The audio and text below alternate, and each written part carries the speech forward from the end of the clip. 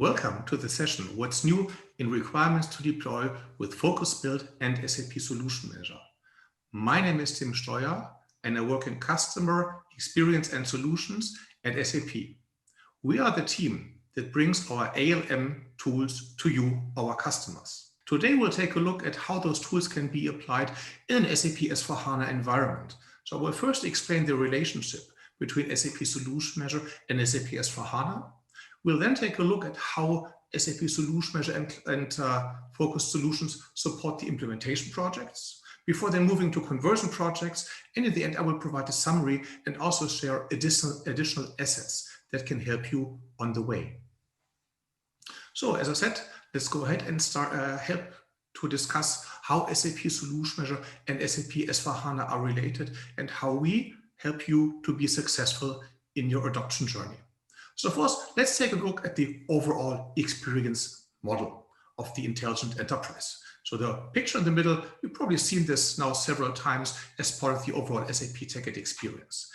It is our role to help you to design, build, test, and deploy your solutions efficiently. So we eventually provide the harmonized integrated implementation experience for the intelligent enterprise. We cover all relevant SAP solutions for customers. This session will take the example of SAP S4HANA, and this session will focus on both implementation use cases and also customers who want to convert from their existing ERP over to S4HANA. See, there's two ways, as I just explained. And sometimes we abbreviate this with Greenfield and brownfield. So whenever I talk about Greenfield and use this acronym and this abbreviation somehow, we are talking about a new implementation where you build a new SAP S4HANA system.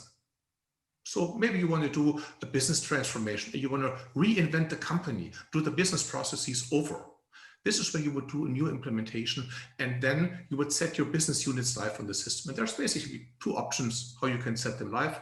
One would be everybody goes to the new system at once. That's a so-called Big Bang scenario. Or the second one is that you cut them over like one by one by one. So you put over the individual business areas from your previous system to the SAP S4HANA system. The other option that you have is that you are doing a so-called brownfield approach. In a brownfield approach, you do a system conversion, where you convert your existing SAP ERP system into an SAP S4HANA system. Technically, the system conversion is a one-step approach with a single downtime. Of course, there are also other options, but overall, based on the experience we've made with our customers, around about 95% of our customers go to either one of those two options. And the good thing is Focus Build, which is an add-on, an accelerator to SAP Solution Manager, helps both ways.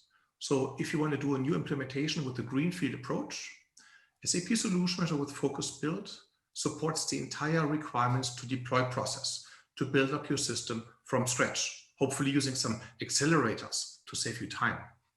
But that also helps you in the brownfield approach, where we manage the simplification items and the conversion activities that are required. This is one of our latest developments. I'm really happy that I can share this with you today. So when we talk about the movement to SAP S4HANA, I already mentioned we have two ways, implementation and conversion. In implementation, the accelerators that we recommend is that you look at the SAP model company services to help you build up a template which is very close to your industry. Also, you can use the SAP best practice packages, which are more line of business oriented. What you then do is you analyze the system, the landscape data, you find out where you want to connect, you plan the interdependencies, and then you go into the development, execution of tests, and also into deployment. With the conversion, it is not that much different. Just the starting point is a different one. Still, you can use most of the accelerators on the left-hand side. And in addition, you can check your conversion readiness. So take a look at your configurations, the business functions that you have used in ERP, and make sure that there's no conflicts. And you can use your business processes as designed also on the S4 system. And that also includes the simplification items. Here, we have teamed up with the software logistic tools. They provide the tools that you need to provision the landscape in the implementation case, and to convert to S4HANA with the conversion toolset. Overall, those toolsets help you to plan out your to-be landscape, no matter what your starting point is. And all of this together helps you to do a seamless and successful transformation.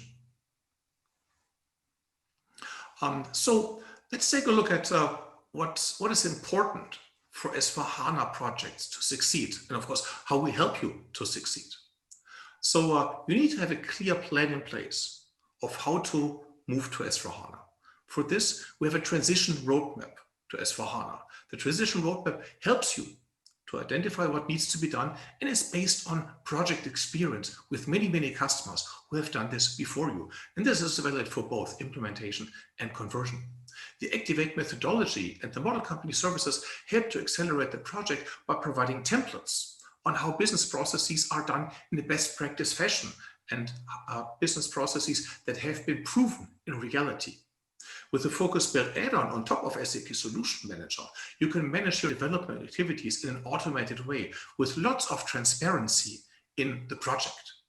And of course, you need to safeguard your conversion projects by using the Readiness Check tool. We'll come to this in just a moment. And also you need to take a look at the custom code and the impact the custom code has on your conversion. And probably a good idea to check whether that custom code is really something that you want to take into the future. So we believe starting with the model company is the right approach, using SAP Solution Manager and the pre-configuration of Focus Build, and Activate provides a fantastic methodology for you to succeed. So when we take a look at what Focus Build actually brings out of the box as a pre-configured process to you, let's take a look at the preparation part. With the preparation part, we bring in requirements, and the requirements are associated to the business processes, both in a visual way, but also, of course, in a tabular way. In the exploration phase, we share the best practices that you can look at. And we also help you to do agile developments and agile projects by managing the sprints. We have modern applications in Realize to help you build the software that is really required. And we have a high degree of usability for all roles. So for the role of project manager, process expert, developer, configurator, and also for the testers. Most importantly is, however, the project governance with an automatic status reporting. We have fully electronic reporting on the project status with no artificial aggregation, no running around. Everything is data driven. And I think that's a very good advantage and an excellent offering that we provide there. So in a nutshell, Focus Build is a turnkey solution to manage your SAP S4HANA transition projects. Now let's do a first deep dive into the implementation projects. In an implementation project, we have this, we call it a subway map that helps you to move to SAP S4HANA in an implementation process. So we have all of those accelerators included in this map, like the Transformation Navigator, Business Process Reality Check, and the Activate methodology, the model company, and the best practices. This content part at the top helps you to get started quickly and to move efficiently and to not reinvent the wheel. The choice part at the bottom are things that you can do to clean up your environment prior to moving to SAP S4HANA. Of course, in a new implementation, that is not required. And let's focus on those things in the early stage when we come to conversion. Let's now take a look at the core train, which is our tool schedule. And let's start with process management, as this is where the new implementations typically start.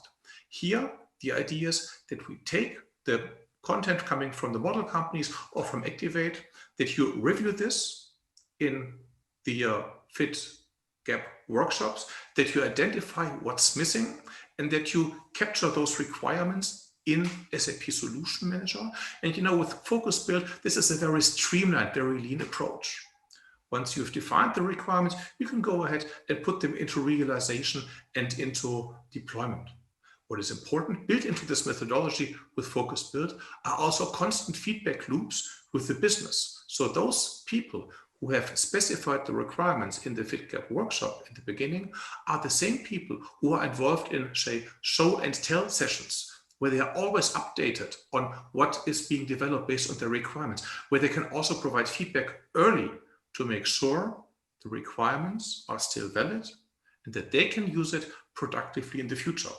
We always have to remind ourselves at ALM, the goal is not the end of the project and the successful project. The goal is for customers to use their SAP S4HANA solution to run their business better. So I already mentioned Focus Build several times now. I would like to take a look at what the key element that we have, the so-called Solution Readiness Dashboard. Focus Build was designed as a ready-to-run solution for large projects with lots of write-ups and developments. And here we have automated visibility of all of the key dates, but also of the status of developments. How many work packages do we have? How many work items are there? How many gaps are identified that need to be developed? What is the schedule? Where are we in the current wave? What are the risks that we have? What kind of issues do we have that are potential threat to the project?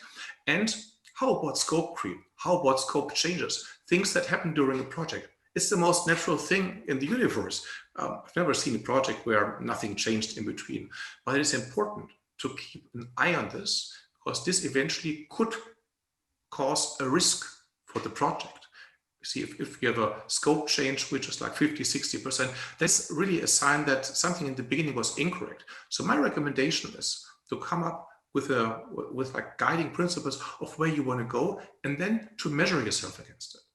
In addition, we also have some cool tools, also cool integrations into other tools for development. For example, Jira is a very good tool used by many developers worldwide, and also our tools that we have are fully integrated into release management and so forth. So the overall integration is a very big benefit for our customers.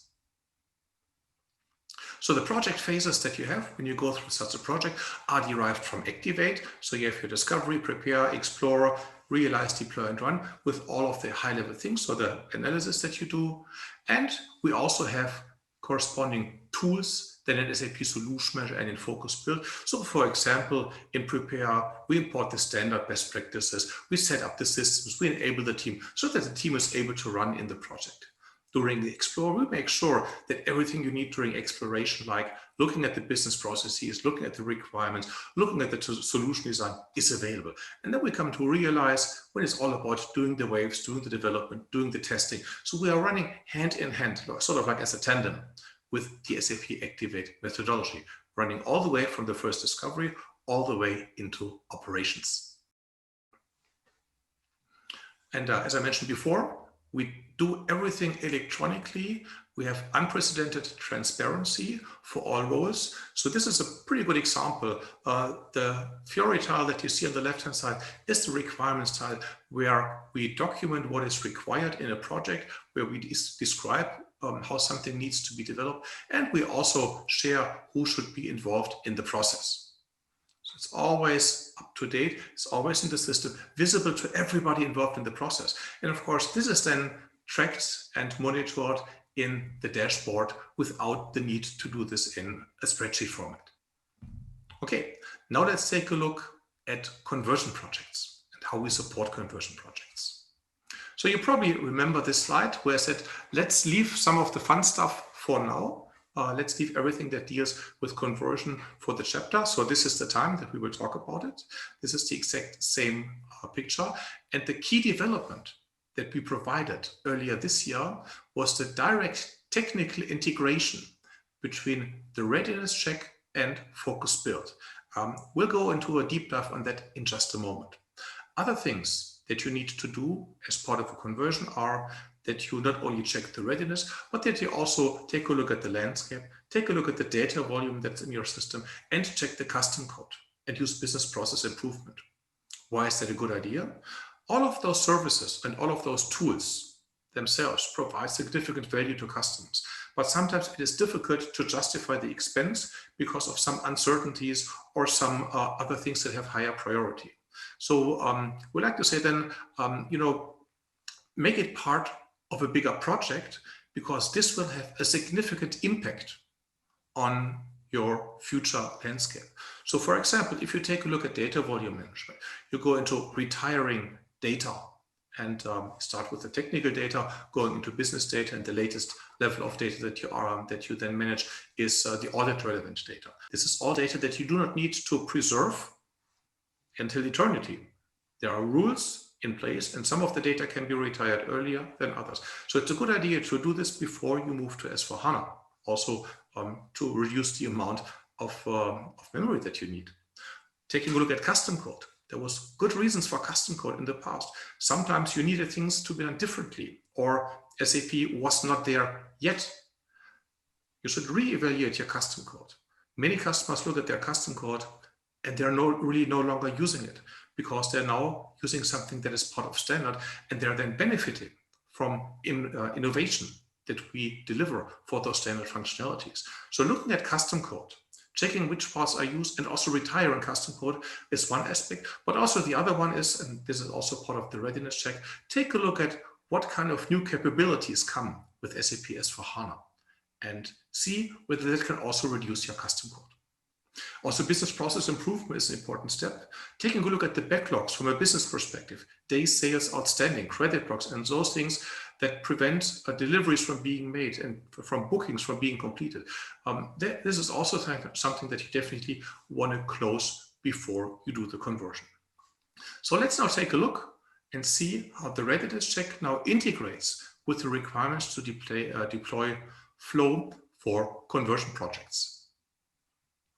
So in a conversion project, what basically happens is that you have your ERP system, you collect some data, you upload this data to the readiness check, and you then move this over into SAP Solution Manager and Focus Build by doing export and import.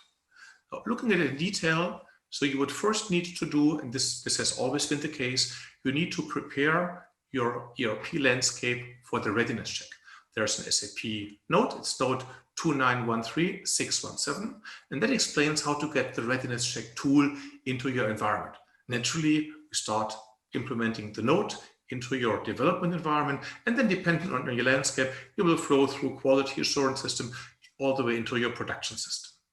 In the production system, you then execute the check, and the check delivers you with the zip file that contains the data required by the readiness check itself. In the readiness check, you take the zip file, you upload it to the cloud service, and then the analysis is done online, and you can already do your first assessments and capture them online. And when you're done with that, you can download this result again into a zip file, which can then be consumed by Focus Build. So there's a new tile dealing with simplification items in Focus Build, and by importing the results from the readiness check, you can immediately derive and take decisions on what to do with the simplification items, for example.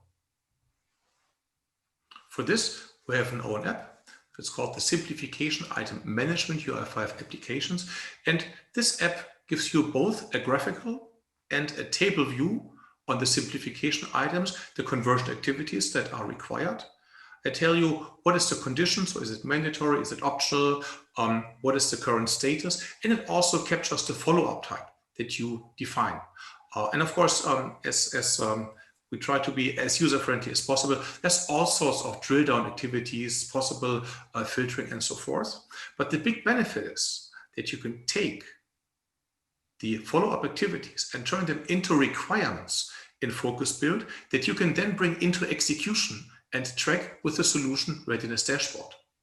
Also, there may be requirements, or there may be simplification items that are no longer relevant for you after a thorough analysis. And you can also set those to either rejected or to not required if this is the case. Let's now take a look at the process flow. So the way it works is you have the new tile, you upload it into the Simplification Item Management UI5 app that I just explained, and then you categorize it. And dependent on the impact that the simplification item has, you can either have a very small activity that you do. There would be a requirement or a work package. It can be bigger with a requirement. And if there's something very heavy coming up, it may be even required, or it may make sense to create an own small project just to work with this impact, with the impact of the simplification item. And with this, we deliver a complete integrated chain from data that comes from your ERP system, taking in the logic from the readiness check and moving this all the way into actionable work packages, requirements, and projects. Let's take a look at what we've learned so far and where we take it from here. So, Focus Build is certainly not new. It's many years old. We have many customers that have also presented at various events, both by user groups and also by SAP. So the number one thing that I always hear is we bridge the gap between business and IT. So business typically has requirements as they want to accomplish a certain business goal with a software change. IT has a more technical view on things, and this is why we need to bring those two teams together to work as one, to team up, to have clarity on what is required. And the key point is to have constant feedback between development and the business. We do this in the show and tell sessions, where as part of the overall development, there's constant demos to the business what is being developed so that the business can react. Maybe there's a market trend that is evolving a bit different than initially anticipated, and then you can fine tune and make sure that in the end, you have exactly the solution that you need to succeed. The next one is that you save effort and you short duration for rollout projects. Of course, you save effort and you shorten the duration if you use a pre-configuration. Use a pre-configuration, you don't need to build up your whole tool chain. Of course, this is also a drawback. If you don't like the pre-configuration, then maybe that's not the good solution for you. Maybe then you would need to build it up on your own. But the trend is to go for standardization. Everybody talks about cloud, which is standardization. So I would hope that, talking about on-premise software here, most customers have a vision to go to cloud. This is also a good starter to get used to standardization and to learn how you really benefit and how you overcome the initial fear of standardization. This is proven in many projects, and the overall savings for many of our customers were good reason to go with the standard, and they've been really successful in running their projects with Focus Build. Clear project status, of course, this is it's primarily important for the project manager who is accountable for project success. But of course, the better information the project manager has, the better he can provide the status to the stakeholders and also to the business with respect where we are in the project. The project manager can detect things earlier. So not only when we are about to go over time and over budget, but during the time when we see we have a certain run rate which we would expect, and then the run rate is not equivalent to what we see in the dashboard, then we can see, oh, there's something wrong here. Let's all get together, let's see what's going on, and let's jointly discuss what we can do to finish this, to get this done in time, or discover what else you need as resources or whatever. Early warning signs are important, and full transparency from the beginning is key to running successful projects. And of course, last but not least, let's not forget operations. With all of the solution documentation that we have in place, all the procedures in place, we can seamlessly go into operations to monitor the business processes and also to allow for fast adoption of new enhancement packages, easy adoption of support packages, with test automation in place and also with change control mechanisms in place. And also the monitoring needs to be considered as part of the project, not after go live. Also operations needs to be done with an operations handbook and operations procedure as part of the go live preparations at the latest. So what are the key takeaways? When we take a look at SAP Focus Build, this is technically, it's an add-on for SAP Solution Manager 7.2. It is available for all customers at no additional cost as part of the Solution Manager license. It enables customers to jumpstart their projects and to run them efficiently. And best practice is really the key word. It provides a best practice approach to run a project with a pre-configuration. And we also consume best practices from the business side with the model companies and with the best practices so that you can benefit from experience from us and from other customers to implement your business processes as quickly and efficiently as possible. And this really fits perfectly with the overall implementation requirements that you have to bring SAP S4HANA to reality and life in your environment. And with this, you have one integrated delivery platform for your project, for everybody. For you as a customer, you can also bring in consultants there. It can also be an interaction place to get SAP colleagues involved if required. So, what are your next steps to take this journey, to join other customers and to accelerate your move to SAP S4HANA? So, if you want to learn more about this, we offer regular webinars, the so-called What's New webinars for Solution Manager and Focus Build. Those webinars are hosted by the Learning Hub, and also recordings are available. We typically deliver those learnings shortly after the support package has been released, covering all of the new developed capabilities. If you're just interested in getting a quick overview of what's going on and what's new, there's a What's New section in the help portal for both SAP Solution Manager and Focus Build that you can use, where you get a detailed list of new capabilities per support package. Are you ready to go for it? More good news for you. We have expert-guided implementation services, both for SAP Solution Manager, but now also brand new for Focus Build. The expert-guided implementation service is part of your SAP Enterprise Support contract, and with the expert-guided implementation service, somebody will explain what configuration steps need to be done, and then you will execute those configuration steps on your own, and you have the possibility to ask questions during the service. Typically, the service runs anywhere between 3 to 5 days. If you're overall interested to stay in touch on application lifecycle management topics, I can only recommend to join our monthly application lifecycle management community call.